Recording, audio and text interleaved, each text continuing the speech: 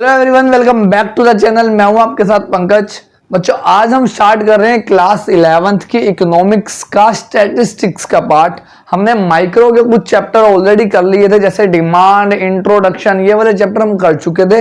But अब हम start कर रहे हैं स्टैटिस्टिक्स का पार्ट, क्योंकि दोनों ही पार्ट आपके पेपर में इक्वली आते हैं। 40 मार्क्स की स्टैटिस्टिक्स आती है और 40 मार्क्स की आपकी माइक्रो आती है।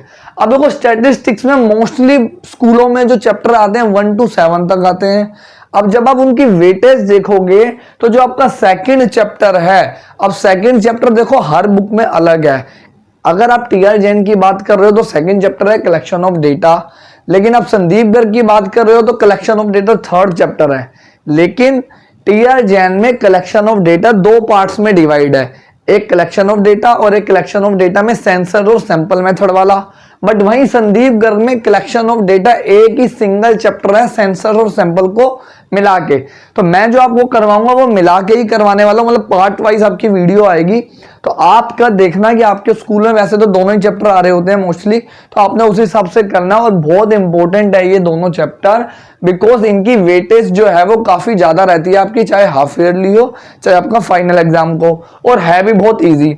अब देखो, ये चैप्टर स्टार्ट करने से पहले हम कुछ नॉर्मल सी बातें सीखेंगे, जिसके लिए हमें स्टैटिस्टिक्स समझना इजी हो जाएगा, क्योंकि अभी हमने फर्स्ट चैप्टर नहीं करा है, हम सीधा सेकंड से स्टार्ट कर रहे हैं। तो फर्स्ट चैप्टर में हमें क्या बताया गया, थोड़ा सा वो हम पहले थोड़ा सा रिवाइज करते हैं, सीखते हैं। देखो, वर्ड एक है डेटा और एक है स्टैटिस्टिक्स। दोनों में फर्क है बेटा। क्या फर्क है कि डेटा मतलब एक सिंगल न्यूमेरिकल टर्म्स, एक सिंगल न्यूमेरिकल टर्म, लेकिन स्टैटिस्टिक्स कभी भी सिंगल टर्म नहीं होती। अब इसका कैसे आप मतलब समझोगे कि अगर आपको ये बोल दिया है कि कोई बच्चा है, मिस्टर एक्स, कोई भी बच्चा है, एक एक्स बच्चा है, मिस्टर एक्स ले लेते हैं सिर्फ नाम, उसके क्लास में 10 में से 6 मार्क्स आए हैं, बस इतना लिखा हुआ और कुछ नहीं लिखा हुआ, ना सब्जेक्ट बताया, ना क्लास में बाकी बच्चों को कितने मार्क्स आए हैं, ये सब कुछ नहीं बताया, सिर्फ इतना बता दिया कि उसके 10 में से 6 मार्क्स आए हैं। तो इससे आप पूरी तरह से मिस्टर जो बच्चा मतलब जो एक्स है उसके बारे में आप पूरा कंक्लूजन नहीं निकाल सकते कि वो बच्चा एक टॉपर बच्चा है, एवरेज बच्चा है या नील बच्चा है, क्योंकि आपको नहीं पता कि क्लास में हाईएस्ट मार्क्स कितने हैं, क्लास में लोएस्ट मार्क्स कितने हैं, एवरेज मार्क्स कितने हैं, कौन से सब्जेक्ट का मार्क्स है, कुछ नहीं बताया गया। वहीं अगर मैं ऐसे बोलूं कि एक क्लास में 10 बच्चे हैं, उसमें से जो एक्स है वो 6, उसके 6 मार्क्स हैं, ऐसे ही बाकी बच्चों के 7, 8, 9, 10 आउट 10, 2 सबके मार्क्स बता दिए मैंने, बहुत सारे बच्चों के मार्क्स बता दिए। तो ये हो गया स्टैटिस्टिक्स, क्योंकि इससे आप पता लगा सकते हो कि जो एक्स स्टूडेंट है वो अपनी क्लास में कहाँ स्टैंड कर रहा है। बच्चों के 9 भी आए हैं, 10 भी आए हैं, 8 भी आए हैं, इसका मतलब जो एक्स है वो एक एवरेज बच्चा है। अगर इसके 3 नंबर आए होते, ठीक है, तो मतलब ये लोअर बच्चा होता, क्योंकि यहाँ पे 10 भी है, 9 भी है, 8 भी है, और ऐसे समझो अब यहाँ पे 6 आए हैं। आप देख के ऐसा लग सकता है कि इस बच्चे के तो 10 में से 6 हैं, तो एवरेज बच्चा है। बट अगर आपको बाद में पता चले कि पूरी क्लास में ये सबसे हाईएस्ट मार्क्स हैं, बाकी बच्चों के आ रखे हैं 5, 4, 2, 1 ऐसे आ रखे हैं, तो इसका मतलब ये तो टॉपर बच्चा होगा ना, तभी तो इसके हाईएस्ट मार्क्स आए हैं। तो इसलिए कभी भी अगर आपको सिर्फ सिंगल चीज दी है, सिंगल टर्म न्यूमेरिकल दिया, उसे बोलते हैं डेटा। और स्टैटिस्टिक्स में सिर्फ सिंगल चीज नहीं होती, कोई भी डेटा स्टैटिस्टिक्स तब बनेगा जब आप उसका किसी से कंपेयर कर सकते हो, उससे कोई डिसीजन ले सकते हो या उससे कोई कंक्लूजन निकाल सकते हो। यहाँ पे सिंगल से आप कंक्लूजन नहीं निकाल सकते, लेकिन अगर मैं आपको पूरी लिस्ट दे दूं तभी आप कंक्लूजन निकाल पाओगे। आप याद करो, या आपके घर में ये होता होगा, जब आपने अपने मार्क्स बताए होते हैं तो आपके पेरेंट्स चाहे आपके टीचर हो या आपसे पूछते हैं कि क्लास में हाईएस्ट मार्क्स कितने आए हैं, क्योंकि वो उस हाईएस्ट मार्क्स से आपको कंपेयर करते हैं, तभी वो कोई डिसीजन ले पाते हैं कि आप कहां पे स्टैंड कर रहे हो। तो ये फर्क होता है बेटा डेटा और स्टैटिस्टिक्स में। अब देखो, ये मैंने आपको ये बता दिया, जैसे रोल नंबर मैंने लिखे हैं, रोल नंबर 1, 2, 3, 4, 5 ऐसे लिख दिया मैंने। यहां पे लिख दिए मार्क्स, लिख दिए आउट ऑफ 20, 15, 14, 18, 17 ऐसे ऐसे लिख दिए, ठीक है। अब इसको समझना, मान लो बहुत सारे बच्चे हैं क्लास में, उसको थोड़ा समझना प्रॉब्लम हो जाता है कैसे इसको हम समझे, इतने सारे बच्चे हैं, किसका ग्राफ डाउन जा रहा है, किसका ग्राफ कम जा रहा है, एवरेज क्या है। तो स्टैटिस्टिक्स हेल्प करती है किन चीजों में, सबसे पहले हेल्प करती है वो हमें डेटा को कलेक्ट करने में, कि डेटा कलेक्ट कैसे करना है, आज हम वो सीखेंगे। एक तो तरीका है डेटा कलेक्ट करने का कि मैं आपकी क्लास में आया, सारे बच्चों को एक एक करके खड़ा किया, उनसे उनका नाम पूछा, रोल नंबर पूछा और नंबर लिख लिए।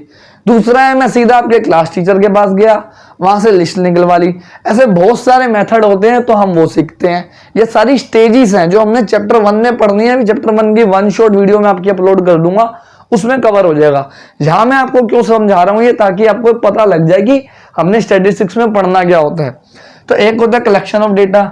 अब डेटा तो कलेक्ट हो गया, अब उसको किस तरह से अरेंज करना। कभी कभी ऐसा होता है कि हम जो मार्क्स लगाते हैं वो असेंडिंग ऑर्डर में लगा देते हैं, कभी डिसेंडिंग ऑर्डर में लगा देते हैं, ठीक है। तो उसको ऑर्गेनाइज करना कि ये टॉपर बच्चों के मार्क्स हैं, ये एवरेज के, या मान लो मैंने पूरी क्लास के 11th के बच्चों के मार्क्स लिख लिए। अब उसमें तो आर्ट्स भी हो सकती है, कॉमर्स भी हो सकती है, साइंस भी हो सकती है। मान लो इंग्लिश के सब्जेक्ट के मार्क्स हैं, वो तो तीनों स्ट्रीम के पास होती है। तो वो जब मैं डेटा को अच्छे से ऑर्गेनाइज कर रहा हूं कि सामने वाला उसे समझ पाए, उसे कॉम्प्लेक्स ना लगे, वो होता है ऑर्गेनाइजेशन ऑफ डेटा। इसके बाद एक आता है प्रेजेंटेशन ऑफ डेटा। डेटा का ग्राफ वगैरह बना लेना, बार ग्राफ बना लेना, आपने सबने 10th में पढ़ा होगा, पाई चार्ट वगैरह बना लेना, वो हम आगे के चैप्टर में सीखेंगे। तो आज हम स्टैटिस्टिक्स की सेकंड स्टेज सीखने वाले हैं, which is collection of data. बहुत इजी है, देखो फर्स्ट स्टेज सीखने वाले हैं। क्या लिखा हुआ है, collection of data is the first step in any statistical investigation. अब स्टैटिस्टिक इन्वेस्टिगेशन का मतलब है कि डेटा को कलेक्ट तो करना है आपने, उसको एक इन्वेस्टिगेशन, जब भी कोई डेटा कलेक्ट किया जाता है उसका कोई पर्पस होता है। याद रखना, जब भी आप किसी का डेटा लोगे तो उसका कोई पर्पस होगा ना, कि आप इस डेटा को क्यों कलेक्ट कर रहे हो। कि आपने ये देखना है कि इस क्लास में टॉपर बच्चे कितने हैं, या आपने ये देखना है कि इस क्लास में लो एवरेज बच्चे कितने हैं। तो कोई ना कोई इन्वेस्टिगेशन का पर्पस होगा स्टैटिकली। तो वो जो उसकी जो फर्स्ट स्टेज है वो क्या है, कलेक्शन ऑफ डेटा। अब डेटा को कलेक्ट करने के लिए 3 लोगों की बहुत जरूरत पड़ती है। ये 3 लोग जरूर होने चाहिए डेटा कलेक्शन के टाइम पे। तो देखो बेटा, कौन है वो 3 लोग या 3 टर्म्स कौन सी है जो हमें सीखनी है इस चैप्टर को पढ़ने से पहले। देखो पहला है बेटा इन्वेस्टिगेटर। इन्वेस्टिगेटर कौन होता है बेटा, जो एक्चुअल में सर्वे करवा रहा है, स्टैटिस्टिकल सर्वे करवा रहा है, मतलब जिसको एक्चुअल में इंफॉर्मेशन चाहिए। जैसे मैंने भी आपको एग्जांपल दिया कि मैं आपकी क्लास में आया डेटा लेने के लिए। अगर मेरे को डेटा चाहिए, अगर मैं अपने पर्सनल यूज़ के लिए, मेरे को कुछ चीज़ आपके क्लास की इंफॉर्मेशन चाहिए, मैं डेटा कलेक्ट कर रहा हूँ, मेरे को कुछ स्टडी करना है, तो मैं हुआ इन्वेस्टिगेटर। अगर यही प्रिंसिपल सर ने मेरे से डेटा मंगवाया, उन्होंने कुछ चेक करना है, तो इन्वेस्टिगेटर कौन हुए, प्रिंसिपल सर। तो वो होंगे इन्वेस्टिगेटर। मतलब सिंपल वर्ड्स है, the person who conduct the statistical inquiry known as investigator. जो इंक्वायरी करवा रहा है, जिसको एक्चुअल में कोई इंफॉर्मेशन चाहिए, डेटा चाहिए, वो कौन होता है, इन्वेस्टिगेटर। अब इनोमिनेटर कौन होता है। अब वही एग्जांपल लो, मान लो प्रिंसिपल सर को डेटा चाहिए, उन्होंने मुझे बोला कि पंकज मेरे को क्लास 11th की लिस्ट चाहिए, ठीक है। तो मैं उनके बिहाफ पे डेटा कलेक्ट कर रहा हूँ, तो वो हो गया इनोमिनेटर। मतलब जो इन्वेस्टिगेटर के बिहाफ पे डेटा कलेक्ट कर रहा है उसे क्या बोलते हैं, enumerator. The investigator needs the help of certain person to collect the information known as enumerator. ये याद होने चाहिए आपको, आगे ये सारे वर्ड्स यूज होने वाले हैं बेटा इस चैप्टर में, वरना आपको पता नहीं होगा तो आपको प्रॉब्लम होगी। लास्ट है रिस्पोंडेंट। अब नाम से ही पता लग रहा है, रिस्पोंडेंट मतलब जो रिस्पॉन्स कर रहा है। जिस बंदे से मैं डेटा कलेक्ट कर रहा हूँ उससे मैं कुछ क्वेश्चन पूछ रहा हूँ, तो जो मेरे क्वेश्चंस का आंसर दे रहा है उसे क्या बोलते हैं, रिस्पोंडेंट। आपके केस में अभी जो मैंने एग्जांपल ली उसमें मान लो मैं क्लास में आके बच्चों से उनका नाम, उनके पेरेंट्स का नाम, उनके मार्क्स, 10th के मार्क्स पूछ रहा हूँ, तो आप लोग क्या हुए यहाँ पे, रिस्पोंडेंट हुए। The person from whom the statistical information is collected are known as respondents. अब देखो, अब जो डेटा कलेक्ट किया जा सकता है, एक ऑप्शन तो मेरे पास है कि मैं आपके पास आया और आपकी क्लास से डेटा लेके गया एक एक बच्चे से पूछ के। दूसरा है कि मैंने कहा इतना कौन टाइम लगाएगा, पता नहीं बच्चे बेचारे वैसे ही भरे हुए होंगे, कहीं अंदर घुसूँ और पीट दे मेरे को। दूसरा होता है सेकेंडरी सोर्स। जिसमें मैं क्या करूँगा कि सीधा नीचे गया, स्कूल के पास लिस्ट होगी आपकी क्लास की, सीधा उनसे लिस्ट ले ली। तो जिसमें मैं क्लास में आके खुद आके डेटा कलेक्ट कर रहा हूँ उसे बोलते हैं प्राइमरी सोर्स। और अगर मैं कहीं और से जहाँ डेटा ऑलरेडी कलेक्ट हो रखा है, किसी भी पर्पज से हो रखा है, वहाँ से डेटा कॉपी कर रहा हूँ तो उसे क्या बोलते हैं, सेकेंडरी सोर्स। देखते हैं, देखो इसकी डेफिनेशन क्या है। Primary source of data implies collection of data from its source of origin, मतलब जहाँ से ये डेटा आना चाहिए या डेटा मेरे को जिस बंदे का चाहिए, जिस लोगों की इंफॉर्मेशन चाहिए, अगर मैं सीधा उस ओरिजिन से डेटा कलेक्ट कर रहा हूँ तो उस सोर्स को मैं क्या बोलूँगा, प्राइमरी सोर्स। और जो प्राइमरी सोर्स होगा मुझे, ये हमेशा मुझे it offers you the first hand quantitative data. ये जो मुझे डेटा देगा बेटा वो फर्स्ट हैंड होगा, वो कभी पहले यूज़ नहीं किया होगा। अभी इसका डिफरेंस बताऊंगा दोनों में क्या है। अब देखो सेकेंडरी डेटा की definition, secondary source of data implies collection of data from some agency और institution which already happens to have collected the data through statistical survey. मतलब इन्होंने हो सकता है पहले से ही उस डेटा को कलेक्ट करके रखा हो। आपको कोई होमवर्क दिया जाए कि एक पर्टिकुलर टॉपिक पे लिखना है, फॉर एग्जांपल मोबाइल पे लिखना है, यूट्यूब पे लिखना है, अगर आप खुद अपना दिमाग लगा के लिख रहे हो, जो कि होना नामुमकिन है, वो है प्राइमरी सोर्स। बट अगर आप गूगल से टेप लेते हो, अपने दोस्त की कॉपी से टेप लेते हो एक पीरियड पहले, तो वो क्या है, सेकेंडरी सोर्स, क्योंकि वो डेटा ऑलरेडी पहले से कलेक्ट हो रखा है। It does not offer you the first hand data. ये जो प्राइमरी सेकेंडरी सोर्स होगा ये आपको फर्स्ट हैंड डेटा नहीं देगा। और क्या प्रॉब्लम आएगी, अब ये डेटा तो पहले से रिकॉर्डेड है, अब हो सकता है कि ये जिस पर्पस के लिए रिकॉर्ड हो वो अलग हो और जिस पर्पस के लिए मुझे डेटा चाहिए वो अलग हो। मान लो मुझे आपकी क्लास का जो डेटा चाहिए वो इस हिसाब से चाहिए कि टॉपर बच्चा, एवरेज बच्चा, फिर लोअर बच्चा, तो वो हो गया प्राइमरी सोर्स। उसमें मेरे को कुछ चेंज करने की जरूरत नहीं क्योंकि मैंने डेटा कलेक्टिव उसी तरीके से किया है। लेकिन सेकेंडरी सोर्स में प्रॉब्लम आने वाली है क्योंकि हो सकता है क्लास में तो इसी जो नीचे स्कूल वालों ने रिकॉर्ड रखा वो इसी हिसाब से रखा हो कि किस बच्चे ने 11th में एडमिशन पहले लिया है, किसने बाद में लिया है, तो उसमें मेरे को बहुत मॉडिफिकेशन करनी पड़ेगी, मेरा टाइम भी जाएगा, मेरी कॉस्ट भी जाएगी। तो ये इसमें एक डिफरेंस होता है। अब दो तरह के डेटा भी होते हैं, एक होता है बेटा प्राइमरी डेटा, जैसे प्राइमरी सोर्स है तो एक होता है प्राइमरी डेटा और एक होता है सेकेंडरी डेटा। उससे पढ़ते हैं कि क्या उसमें डिफरेंस है। बस आज हम उतना ही टॉपिक करेंगे कि उन दोनों का डिफरेंस करने के बाद बाकी का टॉपिक करेंगे नेक्स्ट वीडियो में। अब देखो बेटे क्या होता है प्राइमरी डेटा और सेकेंडरी डेटा।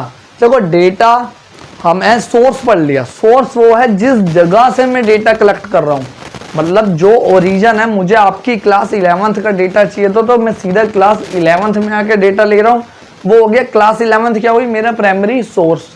अब मान लो वो जो मैं डेटा ले रहा हूँ वो आज से पहले कभी प्रिंट नहीं हुआ कहीं भी, किसी ने भी स्कूल में आपके कभी भी वो डेटा इंफॉर्मेशन में नहीं लिया है। तो पहली बार जो डेटा कलेक्ट किया जा रहा है इन्वेस्टिगेटर के थ्रू, इन्वेस्टिगेटर पहली बार उसे डेटा कलेक्ट कर रहा है, उसे क्या बोलते हैं, प्राइमरी डेटा। वहीं अगर मैंने कहा कौन क्लास 11th में जाएगा, बच्चे बेचारे पढ़ रहे होंगे, डिस्टर्ब हो जाएंगे, है ना, सारा दिन पढ़ते रहते हैं बेचारे बैठ के, कुछ क्या पता कुछ सो रहे हों। तो अब अगर मैंने कहा कि सीधा नीचे क्लास जाता हूँ, रिसेप्शन में उनके पास इनकी लिस्ट होगी, वहां से डेटा ले लेता हूँ। अब वो डेटा ऑलरेडी एग्जिस्ट कर रहा है, वो पहले से ही उन्होंने कलेक्ट करके रखा हुआ है, मैंने बस उसको क्या किया, कॉपी कर लिया, उसे क्या बोलते हैं, सेकेंडरी डेटा। अब आते हैं डेफिनेशन में, data collected by the investigator for his own purpose for the first time.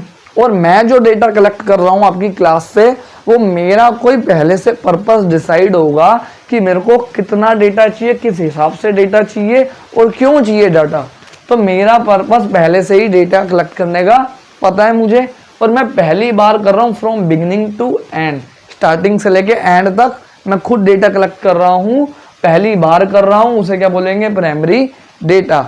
ऐसे भी समझ सकते हो कि जो प्राइमरी सोर्स से डेटा कलेक्ट किया जा रहा है पहली बार, उसी को क्या बोलते हैं, प्राइमरी डेटा। अब ये कॉस्टली होता है नेचर में, किस नेचर में, मतलब किस टर्म में कॉस्टली होता है, इसमें बेटा टाइम लगता है, आपका मनी भी लगती है क्योंकि मेरे को एक एक बच्चे के पास जाना पड़ेगा, उसकी सारी इंफॉर्मेशन लगेगी।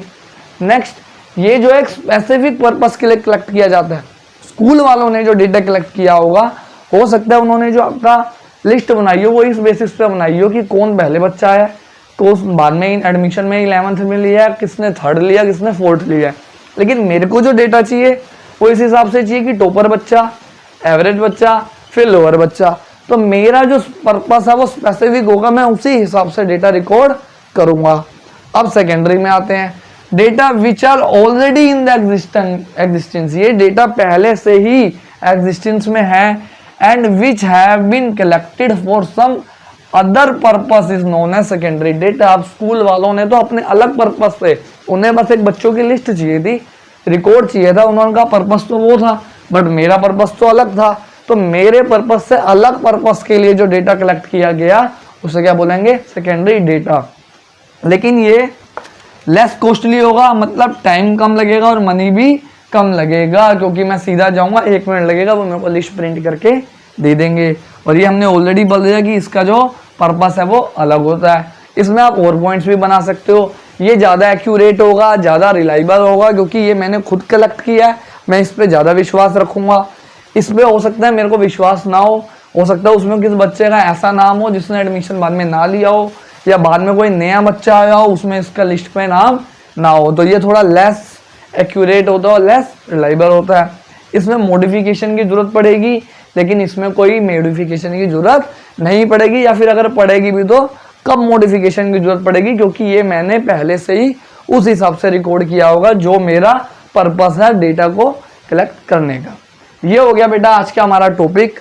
अब हमने सीखना है कि ये जो प्राइमरी डेटा है इसको कलेक्ट करने के कितने मेथड हैं, जो सेकेंडरी डेटा है इसको हम कहाँ से कलेक्ट कर सकते हैं। सेकेंडरी डेटा तो बेटा बहुत छोटा टॉपिक है, एक ही पेज में है, लेकिन प्राइमरी डेटा जो है इसको कलेक्ट करने के बहुत सारे मेथड हैं, उन सब के मेरिट्स, डीमेरिट्स सब कुछ हैं कि क्या उनकी अच्छाइयाँ और क्या उनकी बुराइयाँ हैं। तो ये हम करेंगे अब बेटा नेक्स्ट वीडियो में। मिलते हैं नेक्स्ट वीडियो में। अगर आपको कोई भी अभी भी डाउट आता है तो नीचे कमेंट कर देना, या आपको अगर नोट चाहिए किसी भी चैप्टर के तो आपको इंस्टाग्राम का यहाँ पे आ रहा होगा लिंक, या फिर आपको फोटो आ रही होगी, आप वहाँ पे जाके डीएम कर सकते हो मेरे को कि कौन सा चैप्टर के आपको नोट चाहिए। तो मिलते हैं बच्चों नेक्स्ट वीडियो में। Thank you everyone.